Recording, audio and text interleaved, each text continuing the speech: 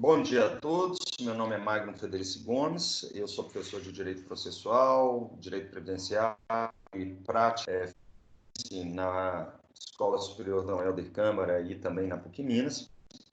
E hoje é dia 5/5 de 2020 e nós vamos trabalhar aqui, nessa aula de hoje, o que chamamos de ação de dissolução parcial de sociedades. Eu informo a todos os presentes que vocês estão sendo gravados e que essa gravação será postada posteriormente, será inserida no meu canal do YouTube para que todos os alunos possam rever caso tenham interesse. Então, em aula anterior já a gente fez a explicitação dos requisitos materiais da ação de dissolução parcial de sociedades. Falamos de maneira breve que a dissolução parcial de sociedades ela está prevista, o direito material, na Lei 6.404, de 1976, e ainda no Código Civil de 2002, em pouquíssimos dispositivos legais. Então, nós temos que essas leis, elas prevêem o direito material específico, né? E nós temos, obviamente, os dispositivos do Código de Processo Civil, que são os artigos 599 ao 609, que prevêem as especificidades procedimentais. E quando nós falamos dessas especificidades procedimentais, é dentro delas que nós temos claramente os requisitos instrumentais da ação de dissolução parcial de sociedades. Dito isso, senhores, nós falamos ainda que havia críticas na doutrina de direito empresarial sobre a terminologia da ação, que foi intitulada no CPC de 2015 como ação de dissolução parcial de sociedades. No entanto, a doutrina de direito empresarial entende que essa ação deveria ser chamada de apuração de haveres sociais. E por que nós falamos de apuração de haveres sociais? Porque nós temos a retirada de um sócio de uma determinada sociedade empresarial, nós temos a continuidade das atividades sociais dessa empresa. Então, isso não é uma dissolução total de sociedades. Nós estamos falando de uma dissolução parcial. Se eu tenho 5 sócios e um se retira, a sociedade continua com aqueles 4 sócios.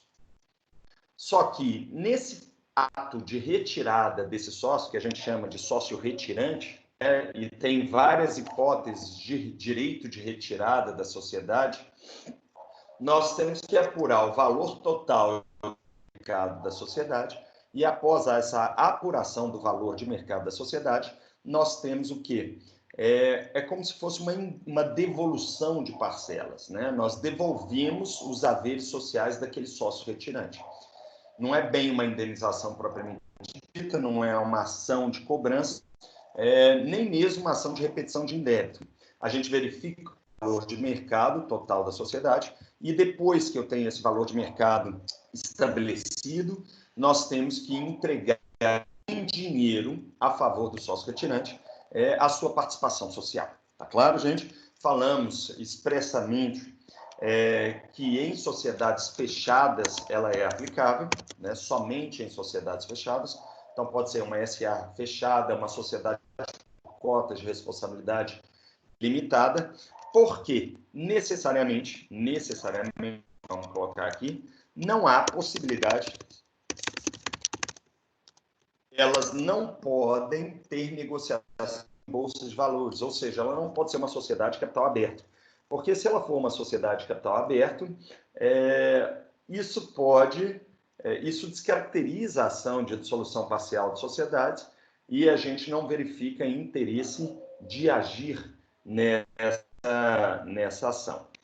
Claro, senhores? Então, faltaria, de fato, um requisito, uma condição da ação para o prosseguimento da ação. E por quê? Bom, a parte, o sócio retirante, simplesmente coloca à venda as suas ações perante a Bolsa de Valores e automaticamente ele se retira sem qualquer participação dos demais sócios. Falamos ainda que em sociedades fechadas ela pode ser feita consensualmente, né? Então, ou seja, e como ela é feita consensualmente? Se nós temos 5 sócios, todos os 5 assinam um novo contrato social, e esse novo contrato social é levado a registro na junta comercial. Quando acontece essa hipótese de levar registro do contrato social na junta comercial, todos os 5 assinaram, então automaticamente sai aquele sócio retirante e ficam os 4.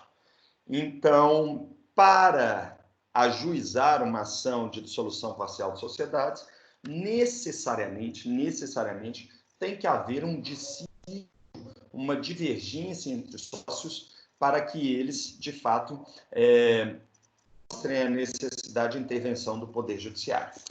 E, dito isso, né, nós falamos ainda mais. Nós temos claramente o seguinte, agora, a partir de agora, nós estamos falando. É possível ainda, senhores, quando a gente fala de dissolução parcial de sociedades, ao invés de ser feita uma dissolução parcial, se efetuar uma dissolução total. Então, vamos lá, nós temos os 5 sócios, os 5 falam que não querem mais o prosseguimento da atividade. Então, quando a gente fala de ação de dissolução total de sociedades, tá?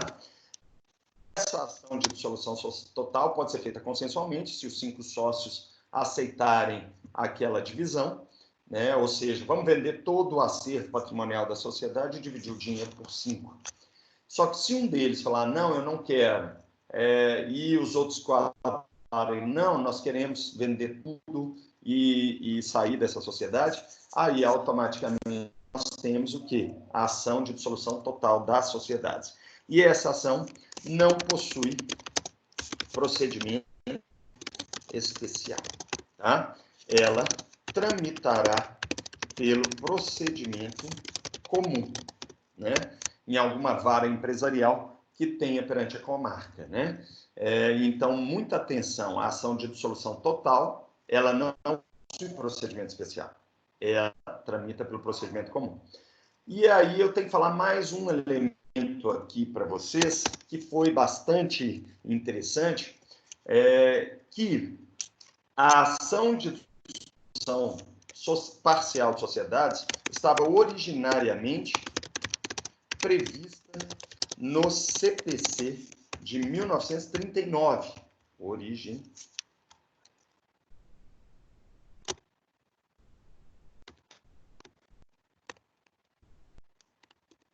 Originariamente prevista no CPC de 1939.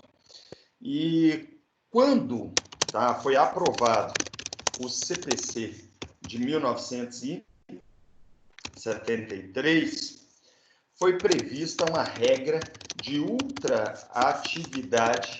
ultraatividade da norma do CPC de 1939. E essa previsão de regra de ultraatividade, ela estava prevista lá no CPC antigo, nas disposições finais e transitórias, nas disposições finais e transitórias, que era o artigo 1218, tá? E lá estava claramente o seguinte: continua em vigor até serem incorporados em leis especiais os procedimentos regulados pelo Decreto-Lei 1608, de 1939. Então, esse decreto, Lei 1608, era o CPC de 1939, Código de Processo Civil de 39. Vocês estão vendo, senhores? Então, o que aconteceu na prática? Nós tivemos, então, uma previsão no Código de 1973, que é o Código de Buzzard, que não haveria previsão de norma específica para a dissolução parcial de sociedades. Então, olha aqui, nós tínhamos essa previsão. Então, originariamente previsto no CPC 39, aprovado no CPC de 73, estabeleceu de regra de utilidade da norma do CPC de 1939, que eram os artigos 655 até o 674 do CPC de 1939. Segundo artigo 1218 do CPC de 1973. Então, nós tínhamos um inciso específico, que era o inciso 7. Então, dito isso, nós tínhamos claramente essa previsão.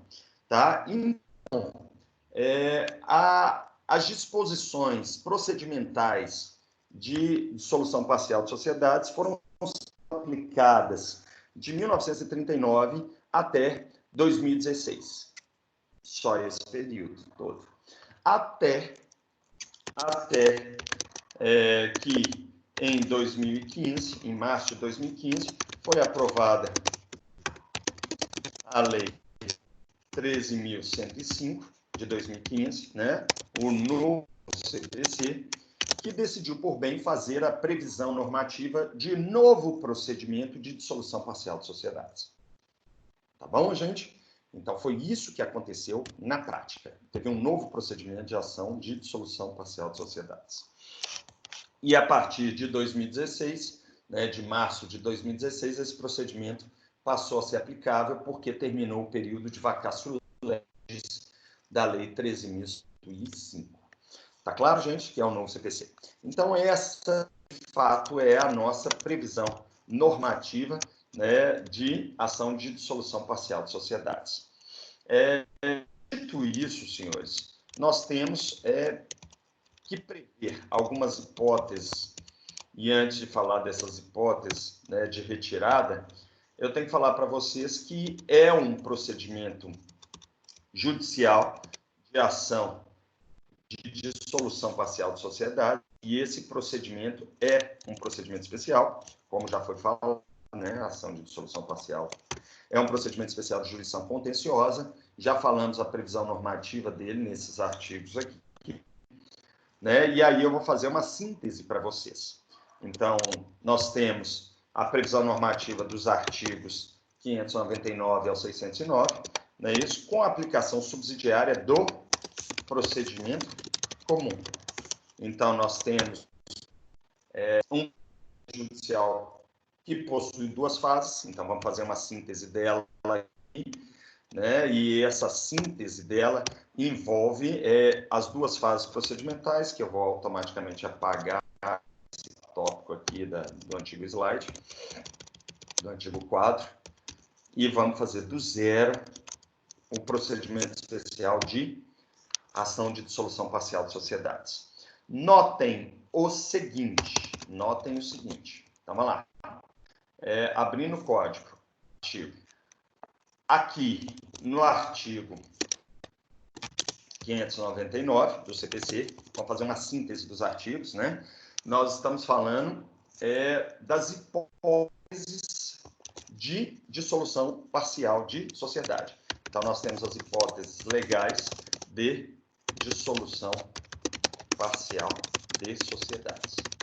Então, aqui faz uma consolidação dos dispositivos de direito material aplicáveis às ações de apuração de haveres. Tá claro, gente? Então, hipóteses legais de dissolução parcial, ou seja, de direito de retirada de sócios, ou mesmo de apuração de haveres. Quando a gente vai para o artigo 600 do CPC, o artigo 600 do CPC ainda em síntese, nós temos o quê? A legitimidade ativa. A legitimidade ativa para o ajuizamento da apuração de haveres sociais. Então, aqui, ele complementa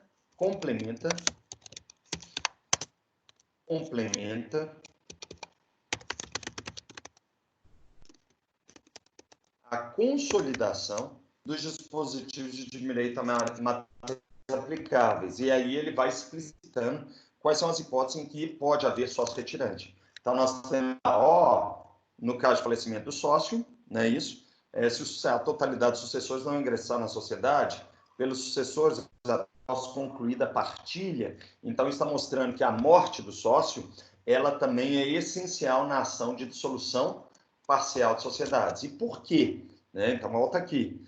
Porque nós temos que ter a figura que a gente chama, que é a figura do affectio societatis, né? Então, se faltou a affectio societatis, ou a intenção de permanecer em sociedade, né, nós temos claramente a possibilidade de solução parcial de sociedades. E isso é explicitado aqui nessas hipóteses do artigo 599 seguintes, né? Então, nós podemos ter um sócio retirante, quando ele sai por vontade própria. Nós podemos ter ainda um sócio excluído, quando ele é expulso da sociedade. Então, eu aconselho a vocês uma leitura complementar sobre os dispositivos de direito material no livro, no volume 2, do professor Humberto Teodoro Júnior, curso de Direito Processual, porque ele explicita muito bem os dispositivos de direito material antes de aprofundar na matéria de processo. Então, muita atenção, tá? Então, a gente tem ainda a sociedade excluindo o sócio também, né? Quando não for autorizada a exclusão extrajudicial, e quando a gente fala de sócio excluído aqui, nós estamos falando necessariamente de uma exclusão extrajudicial determinada em assembleia da sociedade comercial. Tá claro, gente? Então, vamos lá. Então, quando a gente fala desses dois artigos, eles são artigos que foram consolidados pela comissão de juristas de matéria processualistas, né, que fizeram o Código de Processo Civil. Eles têm algumas deficiências técnicas que são apontadas pelos doutrinadores de direito empresarial, mas, em síntese, eles conseguem fazer um resumo das hipóteses de dissolução parcial de sociedades previstas no direito material. Então, quando a gente fala desses artigos aqui, necessariamente, então, a gente estaria falando do direito material previsto no CPC de 2015. Então, de maneira sintética, direito material sintetizado no CPC de 2015. Então, ambos de leitura obrigatória, e vocês vão ver que a gente poderia escrever um livro sobre dissolução parcial de sociedades, né? E existe até um livro de um professor da Universidade Federal de Minas Gerais e também da PUC Minas, que se chama Eduardo Goulart, e ele está online para vocês, junto à editora, né, que é um livro de direito relacionado à dissolução parcial de sociedades. Então, para aprofundamentos além do Humberto Teodoro, eu aconselho também o livro do professor Eduardo Goulart. Tá claro, senhores? Dito isso, nós vamos para frente, tá? E aí, entre os dispositivos de direito, vamos só passar os olhos aqui por alto, nós temos aqui o artigo 601. Artigo 601 fala da situação dos sócios remanescentes na sociedade, não é isso? E, inclusive, a citação da sociedade empresária. E aqui nós temos uma especificidade. Né? E essa primeira especificidade envolve claramente o quê? A dispensa da citação da sociedade se todos os sócios remanescentes forem citados. Então, essa já é uma primeira especificidade. Segunda hipótese, não é isso? Nós temos ainda muita atenção no artigo 602 do CPC, né? O que nós falamos muita atenção e cuidado aqui, de um pedido a ser apresentado pela sociedade em face do sócio retirante. Isso é outra especificidade. Tá claro? Aqui a doutrina diverge. Doutrina diverge.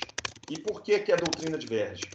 Alguns doutrinadores, entre eles a Teresa Arruda, Alvin Van Bier e o professor Humberto Teodoro, eles vão falar que esse seria um caso de pedido pedido contraposto. Pedido contraposto. E esse pedido contraposto seria o pedido contraposto de indenização compensável nos haveres sociais. Então, de que nós estamos falando aqui? Olha lá, a sociedade poderá pedir indenização em face do sócio retirante sobre os valores dos haveres a apurar. Ou seja, vamos imaginar que o sócio retirante tenha sido expulso da sociedade por má gestão, né, e tenha gerado vários prejuízos para a sociedade. Né? Eu já vi casos, e é muito comum isso acontecer, de sócios retirantes que tenham se apropriado indevidamente dos recursos sociais. Tá claro? E aí, no processo de dissolução parcial, na primeira fase, vai ser possível, de uma forma ou de outra, que a sociedade formule um pedido de indenização compensável nesses haveres sociais. Tá bom, senhores? Ou seja, vai apurar o valor dos prejuízos e, antes de passar o dinheiro sobre os haveres sociais do sócio retirante, nós vamos retirar o valor da indenização que caberia à sociedade. E aqui gera uma série de complicações na sentença da primeira fase do procedimento, especialmente porque os haveres sociais podem ser inferiores ao valor da indenização, mas, em regra geral, eles são superiores, né? E, sendo superiores, ainda assim o sócio retirante vai receber algum valor. Então, quando a gente fala da doutrina divergente, nós estamos falando do professor Teodoro Júnior, né? E a professora Tereza Arruda Alvim. Então, vamos lá, Tereza Arruda Alvim, né? Eles definindo essa especificidade como um pedido contraposto. E nós temos outros doutrinadores, né? Entre eles o professor Marcato, que era um dos especialistas de procedimentos especiais, que apresenta que seria uma hipótese de duplicidade de ação. Tá claro? Então, cuidado já nessa especificidade.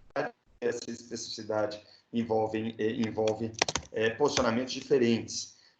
Então, para Teodoro Júnior e a Tereza Arruda Alvim, seriam as últimas hipóteses de pedidos contrapostos. Quais seriam? Nos juizados especiais e ainda na de dissolução parcial de sociedades. Agora, para outros, eles, Marcato e esse humilde professor que vos fala, eu entendo que seria uma hipótese de duplicidade, né? E não seria reconvenção, não haveria necessidade de reconvenção.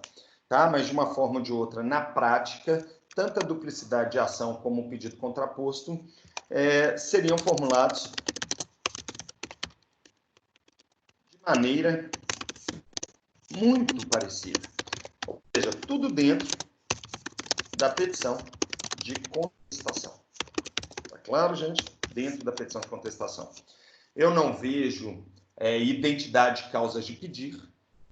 Eu estou justificando aqui, porque o pedido contraposto tem como requisito a identidade de causas de pedir, e eu não vejo identidade de causas de pedir entre a apuração de haveres e o direito de indenização por atos ilícitos praticados pelo sócio retirante. Não vejo. Eu vejo causas de pedir totalmente diferentes. Por isso, a meu ver, não seria pedido contraposto. E essa seria a justificativa para a duplicidade. Sem identidade de causas de pedir. Dito isso, vamos para frente. Né? Então, além do artigo 602, vamos para o próximo, que é o artigo 603, e aí eu estou mostrando para vocês os dispositivos legais, né, antes de fazer a previsão. Nós temos aqui a possibilidade do reconhecimento da procedência do pedido em sede de resposta, não é isso? E esse reconhecimento da procedência do pedido seria proferida pelos sócios remanescentes da sociedade. E quando a gente fala desse reconhecimento da procedência do pedido em sede de resposta pelos sócios remanescentes, nós estaríamos falando da hipótese do artigo 487, inciso 3, letra A, do Código de Processo Civil, em que os sócios remanescentes aceitam expressamente a retirada do sócio retirante, né? Ou a apuração de seus haveres. Nesse caso aqui, nós temos uma previsão específica. Essa especificidade seria o quê? O imediato início da segunda fase do procedimento especial, né? Então, nós teríamos necessariamente a retirada, o término da primeira fase e o início da segunda fase. E nessa segunda fase do procedimento especial, nós teríamos a elaboração de perícia, né? De perícia para verificar o valor de mercado do acervo social. É isso, para verificar o valor da sociedade perante o mercado, e além desse valor, nós teríamos necessariamente a posterior indenização, ou melhor, o posterior pagamento dos haveres sociais àquele sócio retirante. Então, nós estamos falando claramente disso, né? Então, lá no artigo 603, ele fala, né? O juiz decreta de ato e inicia a fase de liquidação. Então, nós estaríamos falando aqui, senhor, né, de uma sentença em julgamento antecipado da lide, com aplicação subsidiária do artigo 355 do CPC, no caso eu vejo o inciso 1 do CPC, e uma vez iniciado isso, o início da segunda fase, né, nós teríamos o que nós chamamos de liquidação especial. Tá? E essa liquidação especial é aquela liquidação que diverge das liquidações normais e comuns do CPC, que é a liquidação por arbitramento e a liquidação pelo procedimento comum, chamada de liquidação por artigos. Deixa eu só verificar aqui se querem que repita algo. Tá? Nós estamos chegando lá. Tá? Então, vamos lá. Então, quando eu mostrar essa exposição clara, eu ainda vou falar sobre isso com vocês, mas vamos lá. Vamos continuar a exposição e daqui a pouco eu chego lá. E aí nós temos o seguinte, nessa hipótese de reconhecimento da procedência do pedido, não haverá a fixação, não haverá a condenação dos réus em honorários advocatícios de pendência da primeira fase do procedimento. Tá claro, senhores? Então, ninguém paga honorários para ninguém, né? No entanto, mas as custas processuais deverão ser rateadas. E o que significa o rateio? Né? A divisão igualitária, tá? Segundo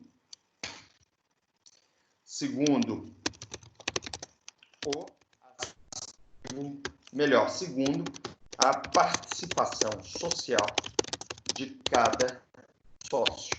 Então, por exemplo, vai lá, se nós temos 5 sócios, né, os 4 sócios remanescentes aceitam a retirada desse quinto, o que nós vamos ter? Cada um dos sócios vai pagar 20% das custas. Esse seria o rateio, tá bom? E aí nós temos o quê? No entanto, o parágrafo 2º desse dispositivo, o parágrafo 2º, prevê aquilo que eu falei anteriormente, parágrafo 2º do artigo 603. Se houver contestação de mérito, não é isso? Aplica-se tá, o procedimento comum para o demais. Então, notem, senhores, que as especificidades estão, primeira especificidade, na citação, segunda especificidade, vamos lá, na possibilidade de reconhecimento da procedência do pedido, que não teria a condenação em honorários advocatícios na primeira fase, né? E a gente teria uma sentença de julgamento antecipado, né? Por meio de sentença, então cuidado, tá joia? A terceira especificidade, que se houver contestação, vamos colocar na ordem, tá? Se houver contestação, vai aplicar o procedimento comum, isso não é especificidade, mas se na contestação for formulado pedido de indenização compensável, né, alguns vão falar que existe duplicidade, outros vão falar que existe pedido contraposto para esse pedido. Tá bom, senhores? Então, essa é a especificidade. Então, tirando isso, na primeira fase do procedimento, não existem outras especificidades, por enquanto, né? Mas sim na segunda fase. E entre essa segunda fase, nós temos uma possibilidade de relativização da, como se diz, da coisa material com relação ao termo legal. E nós vamos chegar lá, não ao termo legal, mas com relação à apuração dos haveres. Mas nós estamos chegando. O termo legal ele pode variar, dependendo do caso concreto. Então, vamos lá. E esse é o artigo. Vai lá. A partir daí, tá? A partir daí, nós temos alguns dispositivos importantes. E quais seriam esses dispositivos importantes? Que não seriam especificidades propriamente ditas, né? Nós temos o artigo 604, que prevê o que nós chamamos dos elementos obrigatórios da sentença da primeira fase do procedimento. Tá? E dentro desses elementos, né, nós temos aqui 3 elementos importantes que o juiz vai definir nessa sentença da primeira fase do procedimento. Então, quais são os primeiros? Elemento importante, que é a data da resolução da sociedade. Data da resolução da sociedade. Então, quando a gente fala dessa data de resolução de sociedade, é o dia a partir do qual aquele sócio é considerado como retirado da sociedade. E essa data ela é extremamente variável, porque ela depende do tipo de dissolução, ou seja, do motivo de retirada do sócio. Então, esse é obrigatório. E daqui a pouco nós vamos ter um artigo específico sobre ele. Nós temos mais, B, segundo elemento, que é o termo, o critério de apuração de haveres deve ser definido se ele não estiver estipulado no contrato social. Se ele estiver estipulado no contrato social, vai ser o critério de apuração de haveres previsto no contrato. No entanto, se ele não estiver previsto, o juiz vai fixá-lo. Tá claro, gente? Vamos seguindo. Então, vamos lá, nós temos esses elementos aqui, que são elementos obrigatórios a serem definidos na sentença. E eu entendo que isso deve ser definido na parte dispositiva da sentença. Então, olha, qual seria a parte dispositiva? Aquela do artigo 489, inciso 3 do CPC, que faz parte da decisão. E elas são elementos essenciais a instarem o início da segunda fase do procedimento.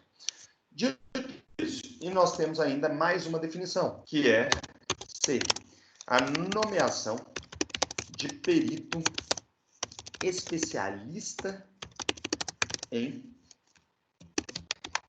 dissolução de sociedades. Tá? Sociedades. Ou seja, em avaliação, vou falar em avaliação de sociedades empresárias. Então, é uma perícia bastante complexa. Empresárias. Tá? E é ele que vai analisar o valor da marca, o valor do ponto comercial, ou dos pontos comerciais, o valor do produto, o valor dos bens, do acervo social, das máquinas de produção, se existirem, e assim. Então, isso é essencial no artigo 604. Né? E aí, a partir desse artigo 604, eu mostro para vocês o seguinte, que nesse momento, tá? Nessa sentença, eu prevejo aqui no parágrafo 1º o quê? O depósito dos valores sociais, dos haveres sociais incontroversos.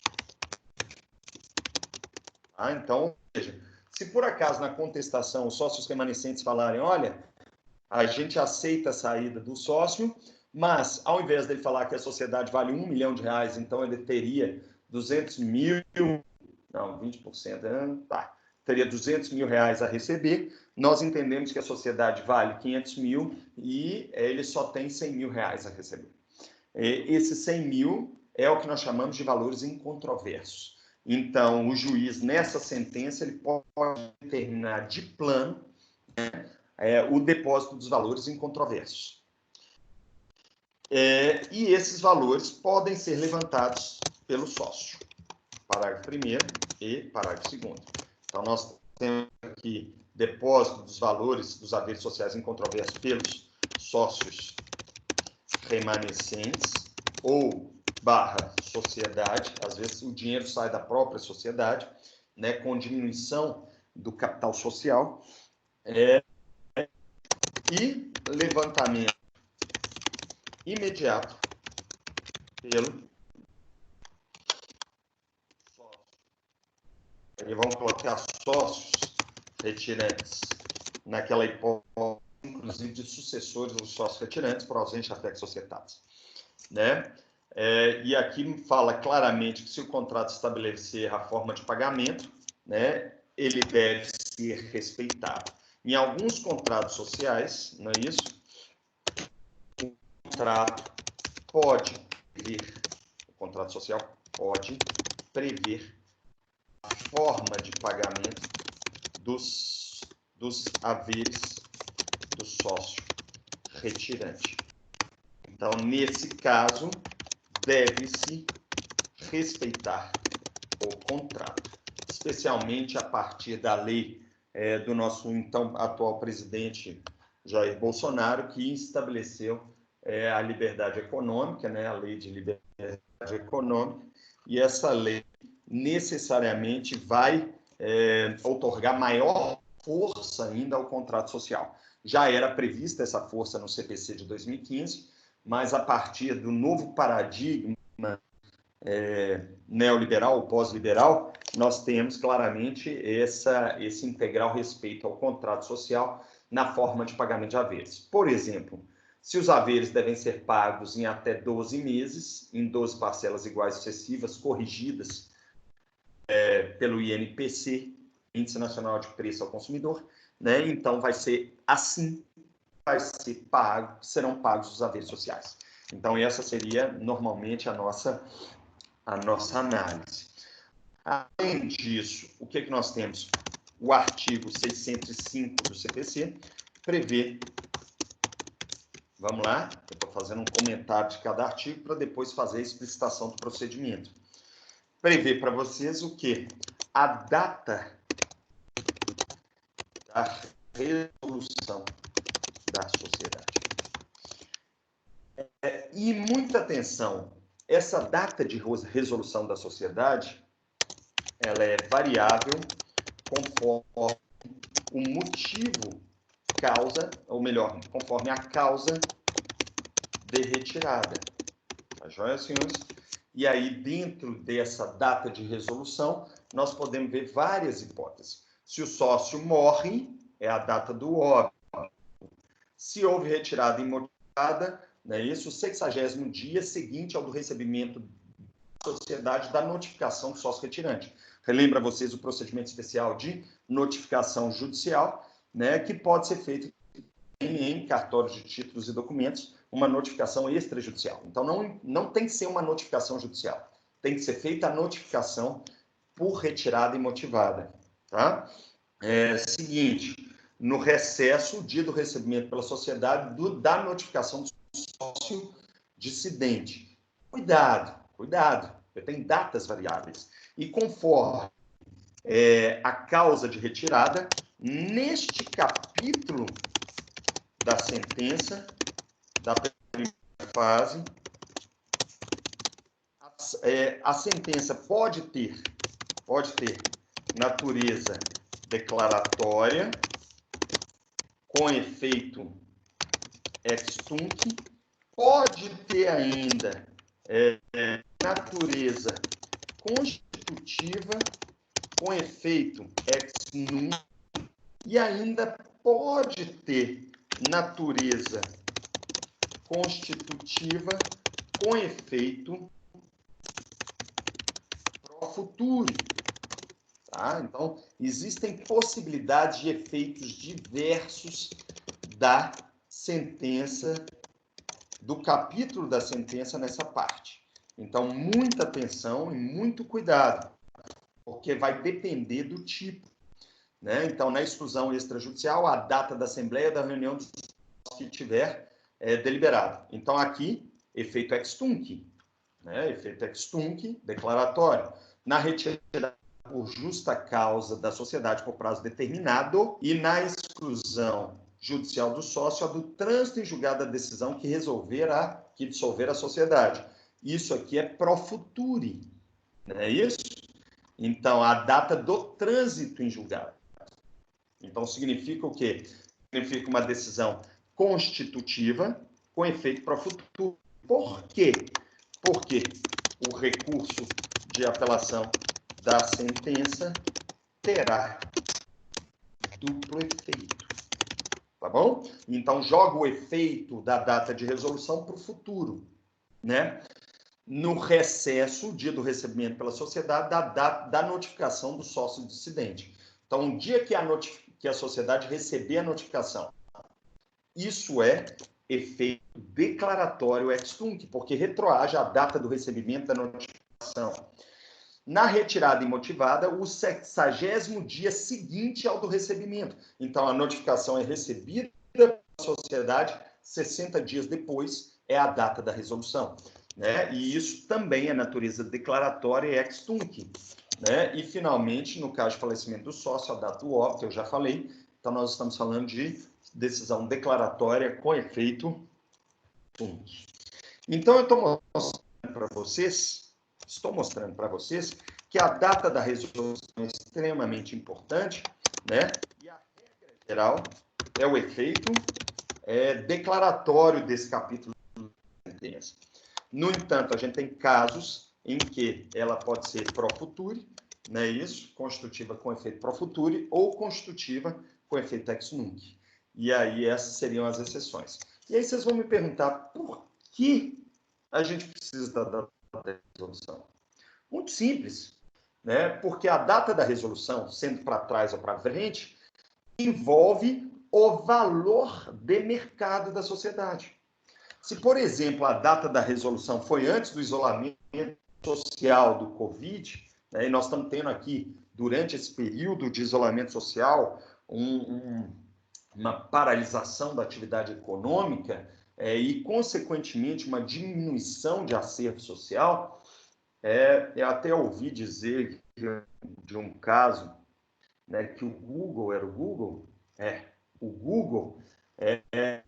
não sei se era o Google, não, mas uma empresa de tecnologia aí, não vou falar qual delas, porque eu não tenho certeza nesse momento, ou a Apple, uma das duas, era a Apple, ela estava valendo, o valor de mercado da sociedade estava valendo 1,4 bilhão de dólares. Tudo bem, senhores? 1,4 bilhão antes do isolamento social.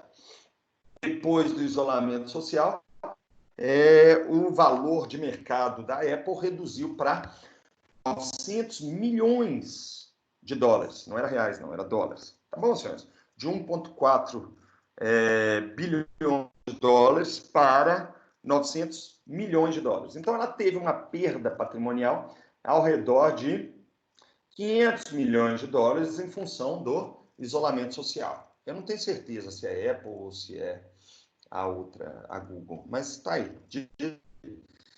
Então, a questão é simples.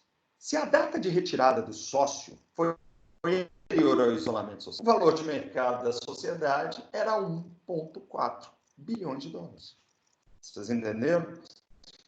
Então, com base no valor de 1,4 bilhões de dólares, ele deve receber os seus haveres. Agora, se a data de resolução ela é posterior ao isolamento social, então, com base no novo valor de mercado, que é os 900 bilhões de dólares, é que ele vai receber os seus haveres sociais. Então, é isso que nós estamos falando. Tá bom, senhores? Então, a data da resolução da sociedade, atenção, ela é um capítulo da sentença de primeira fase. Tá claro? Então, além de indicar, nós estamos aqui, olha o capítulo da sentença, a data da resolução da sociedade. Ela está prevista aqui no artigo 105 do CPC. Então, esse capítulo da sentença envolve que o juiz vai ter que definir a data de resolução, se ele julga procedente o pedido, né, o critério de apuração de haveres, se ele não tiver estipulado no contrato, a nomeação de perito, né? Então, esse A, esse B, esse C, cada um deles é um capítulo da sentença, tá? E esse capítulo envolve a possibilidade de impugnação de capítulos, né? E contra a sentença, o recurso cabível é a apelação, ninguém se discute, né? Então, muita atenção. Nós temos ainda o artigo 606, né? O critério de apuração de haveres. Está aqui, artigo 606, que é o outro capítulo da sentença.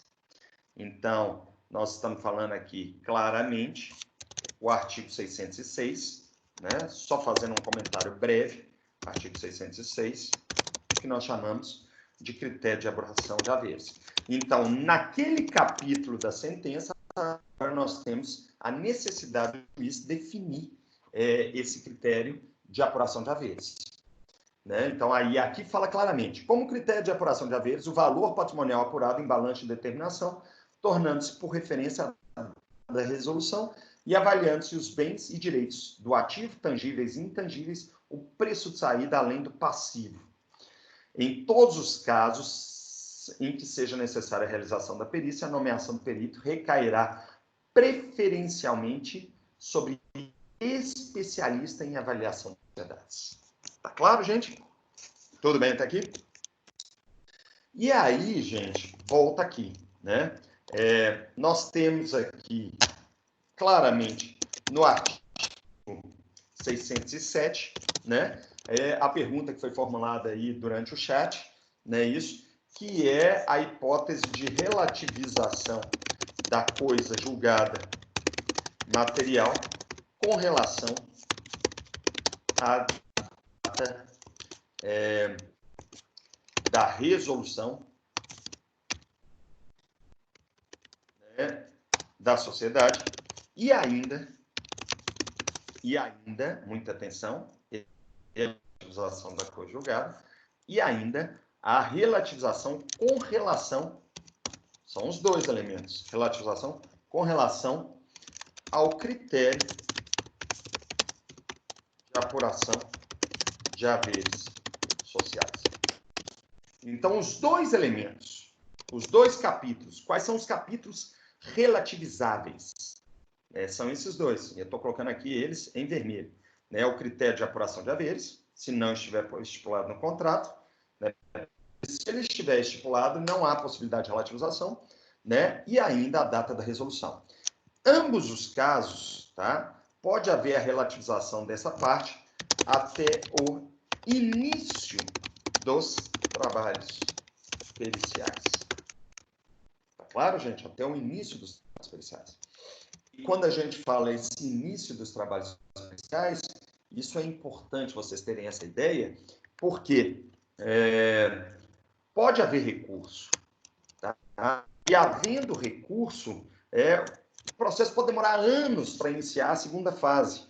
E a segunda fase do procedimento, ela inicia-se com o início dos trabalhos periciais. Então, claramente aqui, senhores, muita atenção, muitíssima atenção nesse ponto, porque se houver um motivo justificável para relativizar, ele vai ser aplicável ao caso concreto. E eu entendo que as hipóteses de relativização estariam também justificáveis no artigo 505 do CPC.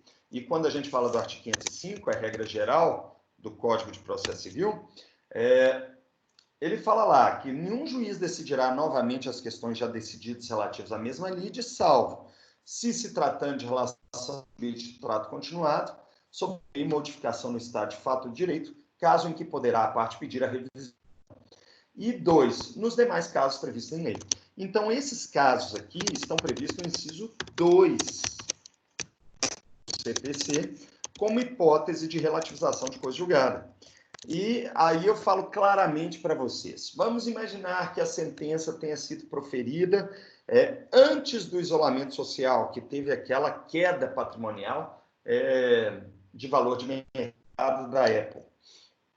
Se isso aconteceu de verdade, senhores, e demorou anos para transitar em julgado, e depois da pandemia mundial, nós entramos num período de depressão comercial, como foi a Bolsa de Nova York de 1929, e isso pode acontecer, existem presságios nesse sentido, salvo se os bancos centrais vierem a intervir fortemente na economia dos seus respectivos países, né, para evitar essa valorização econômica, né? Se não houver essa intervenção dos bancos centrais e, de fato, a gente entrar não em recessão, mas em depressão econômica, eu acredito que essa depressão econômica deva ser considerada nos processos de dissolução parcial de sociedades.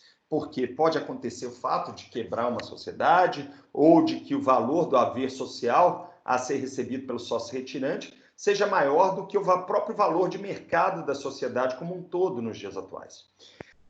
E aí, nesses casos, a gente verifica essa relativização de coisa julgada. Então, senhores, eu faço uma interpretação conjunta dos incisos 1 e 2 do artigo 505 como hipótese de relativização da coisa julgada material, nessa hipótese de haver social e de critério de apuração de haveres. Então, ele pode ser alterado. Tá claro, gente? Então, vamos lá, para frente. Então, nós estamos no artigo 607 do CPC, volta a ele, tá? E, finalmente, né, nós vemos aqui os dispositivos finais. E quais são os dispositivos finais? Muita atenção. Até a data da resolução, integra o valor devido ao ex-sócio, ao espólio aos sucessores, a participação nos lucros e juros sobre o capital próprio declarado pela sociedade, e, se for o caso, a remuneração como administrador. Então, quando a gente fala do artigo 608, o artigo 608 do CPC, ele fala claramente que o sócio retirante tem direito à incidência de juros, correção monetária, né, sobre os haveres sociais, tá certo, senhores? Sobre os haveres sociais, a partir da data da resolução. Então, ok, até a data da resolução, integra o valor devido ao ex-sócio, ao espólio dos sucessores, a participação nos lucros e juros sobre o capital.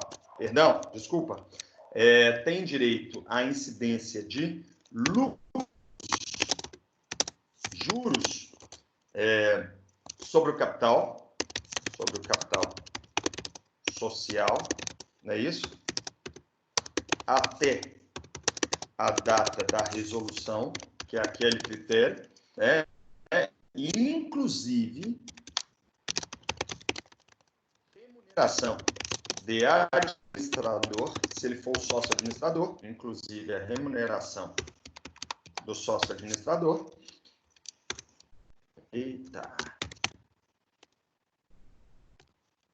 A remuneração de administrador até a data da resolução. E após a data da resolução, ele passa a ter direito à correção monetária, juros legais e juros legais incidentes sobre os haveres sociais que lhe pertencem.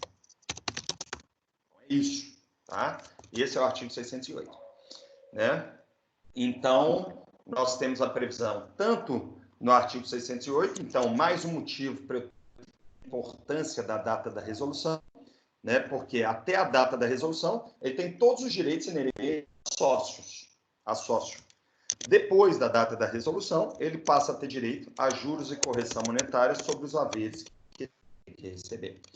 E aí, finalmente, o último artigo, né? E agora, a partir do último artigo, eu vou demonstrar para vocês, que é o artigo 609, o procedimento, né? E aí nós temos o quê? O pagamento dos haveres sociais de acordo com o contrato social, como foi falado anteriormente para vocês, né? De acordo com o contrato social, e, vírgula, na sua omissão, de acordo com o Código Civil de 2002, no seu artigo 1031, se não me falha a memória, parágrafo 2º. Então, vamos lá, conferindo. Tá? Então, está conferido. Então, esses artigos. Então, o artigo 609, ele é um dispositivo aplicável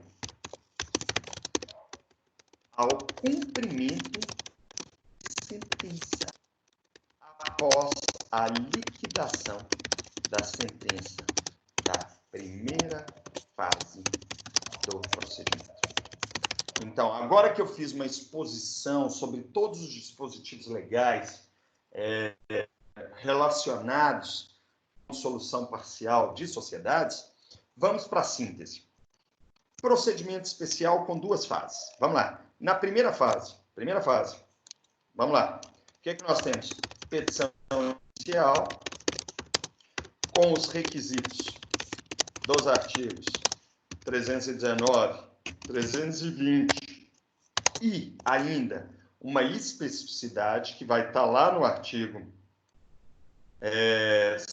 599, que vai ser artigo 599, parágrafos 1º e 2º.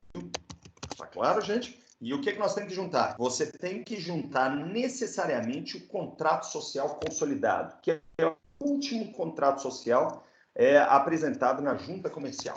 Então, parágrafo 1º fala do contrato social. Bom, senhores, o parágrafo 2º do artigo 599 fala claramente sobre a sociedade, a dissolução parcial de sociedades empresárias, né, em que nós temos, artigo 599 aqui, parágrafo 2º, o capital fechado. Então, aqui, ó, artigo 599, parágrafo 2º. Tudo bem, senhores? Então, essa é uma previsão sobre a dissolução parcial de sociedades, porque ela tem que ter uma sociedade anônima de capital fechado, quando demonstra para os acionistas que representem 5% ou mais que não pode preencher o seu fim. Então, o que nós estamos falando? Atenção, eu tenho um requisito de legitimidade aqui que eu ainda não comentei, tá? E eu vou comentar com vocês. Tá? A petição inicial com os requisitos do artigo 319, 320, 599, parágrafo 1º e 2º, né? Porque a participação social do sócio, aí eu vou colocar sócios retirantes, porque pode ter um litisconsórcio facultativo aqui, aí nesse caso ele pode ser até necessário, deve ser de, no mínimo, 5% da participação, do acervo da participação social. Então, no mínimo 5%. No meu exemplo, que era 20%, é tranquilo o cabimento da ação de dissolução parcial de sociedades. Cuidado, alguns vão falar que esse parágrafo 2º aqui seria inconstitucional por limitação do acesso à jurisdição. Mas, nos dias atuais, eu vejo que a sociedade empresária possui uma função social. E talvez esse 5% envolva, né, de fato, uma aplicação de função social da sociedade. E aí o sócio minoritário com acervo inferior a 5%, ele vai ter que exercer as suas funções de sócio minoritário. Claro, gente? Atenção, como eu falei para vocês, a petição inicial está aqui. Nós temos a legitimidade ativa prevista no artigo 600, já foi falado para vocês, do CPC, né? Depois de ajuizada a ação, ela tramita pelo procedimento comum, não é isso? E com especificidades. Tá? Quais seriam as especificidades? Primeira especificidade, vamos lá? O reconhecimento da procedência do pedido. Então, eu já adianto para vocês que eu vejo a possibilidade não, a obrigatoriedade de designação de audiência de conciliação ou de sessões de mediação obrigatório, tá claro, senhor? Porque é transível o dispositivo de solução parcial de sociedades, então, transmita tal. Então, primeiro vai marcar a audiência, né, audiência de conciliação, e depois o reconhecimento da procedência do pedido. Nós temos ainda a contestação dúplice, né, ou com pedido contraposto, tá? Com pedido contraposto. Depois disso, vai tramitar pelo procedimento comum, então vai ter, né, segundo o procedimento comum, 2 pontos, a réplica do autor, não é isso? Com possibilidade de alguns de contestação ao pedido contraposto, se entenderem que é pedido contraposto, né?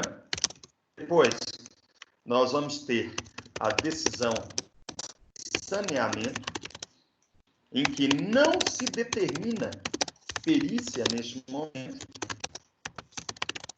salvo se for para apurar falsidade documental ou elemento vinculado à causa de dissolução da sociedade. Tá bom, senhores? A causa de dissolução da sociedade. Pode ter audiência de instrução e julgamento para se verificar a causa de dissolução da sociedade, né? Depois, alegações finais, que podem ser orais em audiência ou escritas. E, finalmente, nós vamos ter o quê? A sentença da primeira fase do procedimento. A primeira fase do procedimento sempre termina com sentença.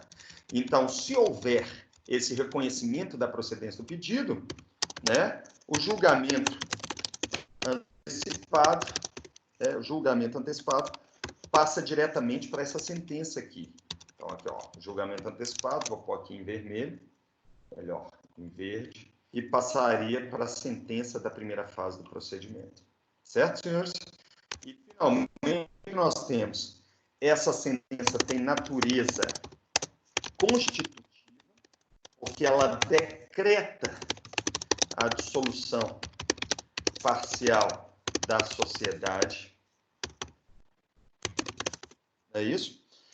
Nesse capítulo da sentença, com relação à data de resolução, que é outro capítulo, a data da resolução da sociedade, eu já falei para vocês, em regra geral, ela é declaratória, né, com efeito ex tunc, né? E finalmente nós temos muitíssima atenção, tá? Com exceções, que são as exceções de efeito que ela pode ser constitutiva com efeito ex nunc ou constitutiva com efeito pro futuro. E nós temos ainda, né, o critério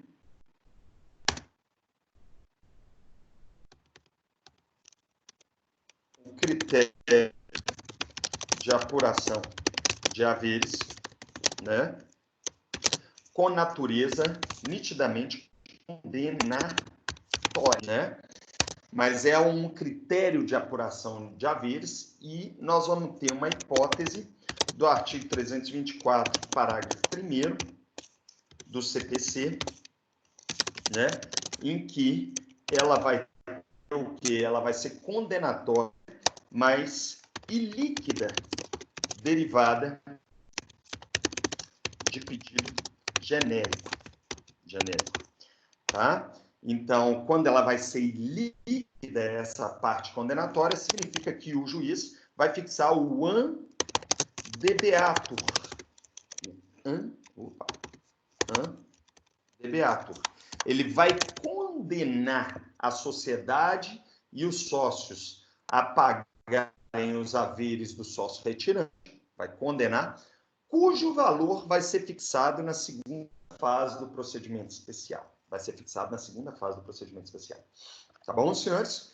Dito isso, senhores, nós temos mais. Para acabar aqui, não acabar ainda não. Nós vamos ter ainda a condenação em custas e honorários advocatícios de sucumbência com relação à parte perdedora, salvo quando houver reconhecimento da procedência dos pedidos. Nesse caso, só condena ao rateio social, então vamos falar social, das custas. Certinho, senhores? Então, nós estamos falando claramente de uma sentença bastante complicada. E essa sentença, contra ela, cabe apelação com ambos os efeitos legais, que são devolutivo, que é o reexame da matéria impugnada pelo Poder Judiciário, e suspensivo, que impede né, o efeito da decisão. Então, cuidado, né? Esse caso que decreta a natureza da sociedade seria uma sentença de procedência ou de parcial procedência dos pedidos do autor. Para a gente, saliento ainda, tá bom, minha gente, que se houver o pedido de compensação, ele também vai ser um pedido condenatório, tá? Condenatório. E esse condenatório aqui, normalmente, esse pedido de compensação, eu verifico esse pedido com base nos artigos 322 e 324, não parágrafo 1º do CPC, mas vai ser um pedido condenatório líquido sobre o valor da indenização. Então, esse valor de indenização vai ser objeto também, da instrução do feito. Certo, senhores. E aí, para acabar nosso procedimento, tá? Essa é a primeira fase do procedimento, tá? Na segunda fase do procedimento, nós teremos claramente o que nós chamamos de liquidação especial dos haveres sociais. Por quê? Essa sentença aqui, que nem eu falei para vocês, além disso tudo aqui, nós temos aqui a nomeação do perito. Tá, gente? Então, essa liquidação especial dos haveres sociais, ela inicia após o trânsito em julgado da sentença da primeira fase,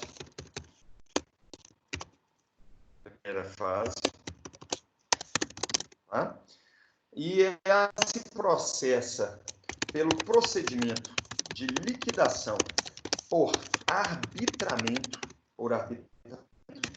com especificidades, tá joia? O objetivo dessa liquidação é atribuir o quantum debeatur dos haveres sociais, com base na data da resolução da sociedade, não é isso? E, com data da resolução da sociedade, eventual indenização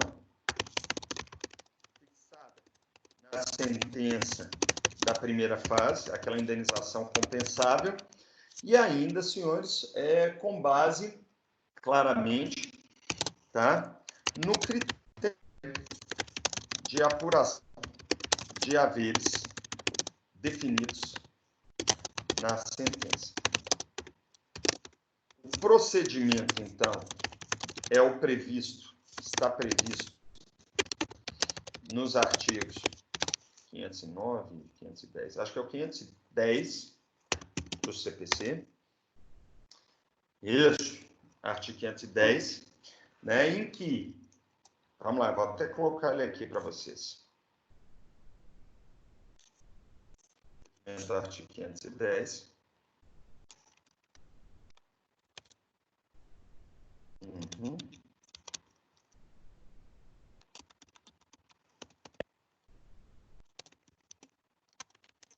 O juiz, tá? Primeiro, é formulada uma petição de liquidação, então ela começa por petição de qualquer das partes,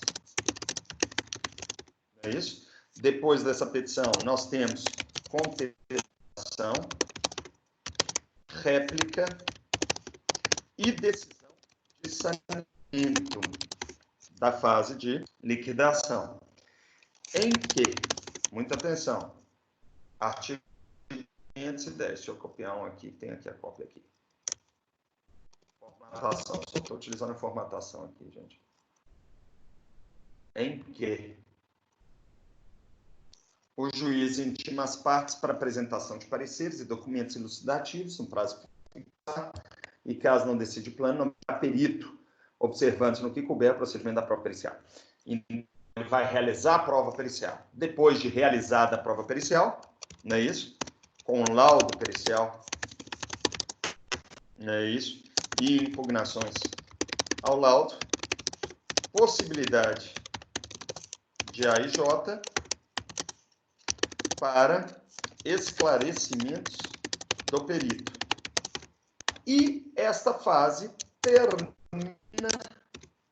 por decisão interlocutória. Fixa o valor dos haveres sociais pós compensação da indenização da PJ, da pessoa jurídica.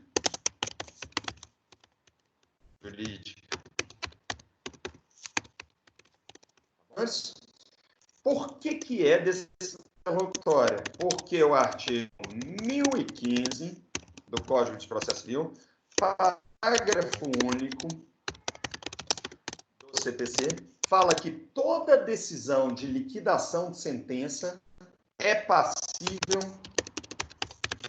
de agravo de instrumento que, em regra geral, não possui efeito suspensivo da decisão. Motivo pelo qual, salvo se deferido pelo relator. Vai estar no artigo 1019, o efeito suspensivo deferido pelo relator, inciso 1, 1015, Parágrafo único aqui. Cabe agravo contra as decisões interlocutórias proferidas na fase de liquidação. Artigo 1019, que vai falar claramente que o relator pode atribuir efeito suspensivo ao recurso. Inciso 1 do CPC. Tá bom? Atenção, esse inciso 1 também é complementado pelo artigo 997 do CPC. Então, 995.